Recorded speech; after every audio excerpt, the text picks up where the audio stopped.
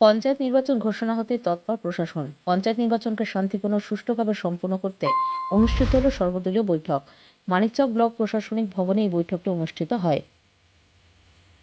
বৈঠকে উপস্থিত ছিলেন মানিকচকের বিডিও শ্যামল মণ্ডল, মানিকচক থানার আইসি পার্থ সারথী হালদার, বুধনি থানার ওসি কুণাল কান্তি দাস, ইলেকশন ওসি সুপ্রতীক দাস সহ মানিকচকের বিভিন্ন রাজনৈতিক দলের প্রতিনিধিরা। পঞ্চায়েত নির্বাচনে বিভিন্ন নির্বাচন বিধিগুলি তুলে ধরা হয় রাজনৈতিক প্রতিনিধিদের সামনে।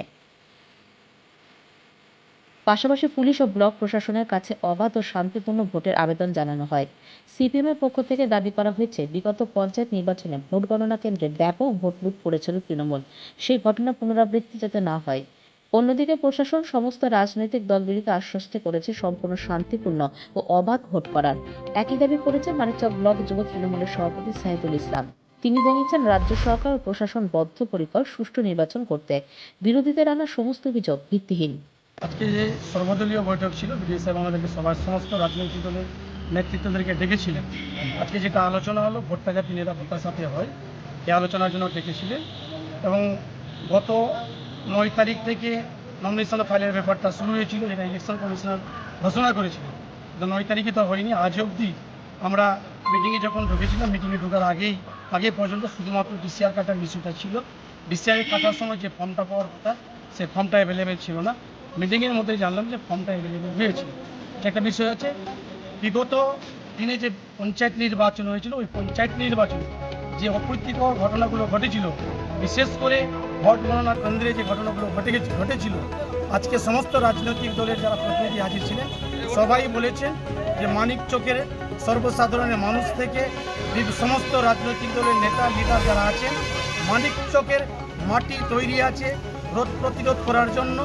এই জন্য তৈরি আছে যে মানুষ নিজের মৌলিক অধিকার দান করবে, ভোট দান করবে, সেটা যাতে সুস্থভাবে তার প্রকাশটা পায় এবং মানুষ যাতে সুস্থভাবে ভোট দিতে পারে, তার জন্য প্রশাসনিক যেভাবে হয়তো তৈরি আছে, তেমনি মানুষও তৈরি আছে।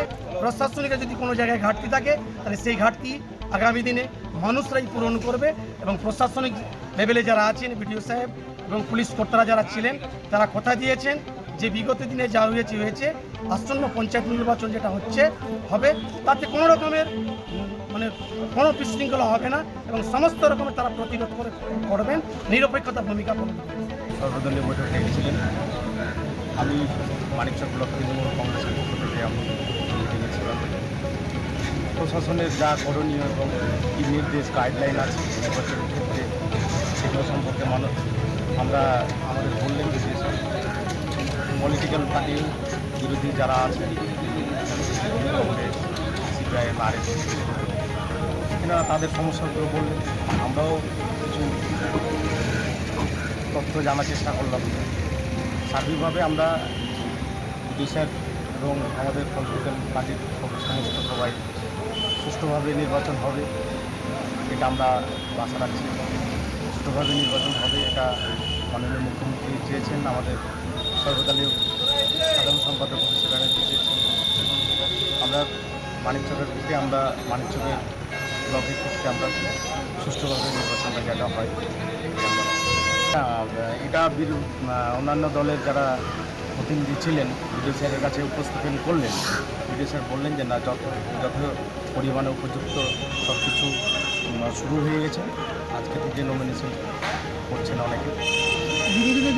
এটা আপনি যেখানে ডিসিআর কাটাচ্ছেন বা নমিনেশন ওখানে গিয়ে আপনারা ডেস্কে বলুন, ওখানে গিয়ে দেখুন। মনোনয়নপত্র কোনো দলের প্রতিনিধি পায়নি, মনোনয়নপত্র পায়নি, তার মানে সে হয়তো পেপারসে কোনো প্রবলেম আছে বা প্রশাসনের তরফে এখন পর্যন্ত ফর্ম দেওয়া শুরু হয়েছে। ফর্ম দেওয়া শুরু হয়েছে। বিডিও স্যার তো বললেন যে ফর্ম দেওয়া শুরু হয়েছে।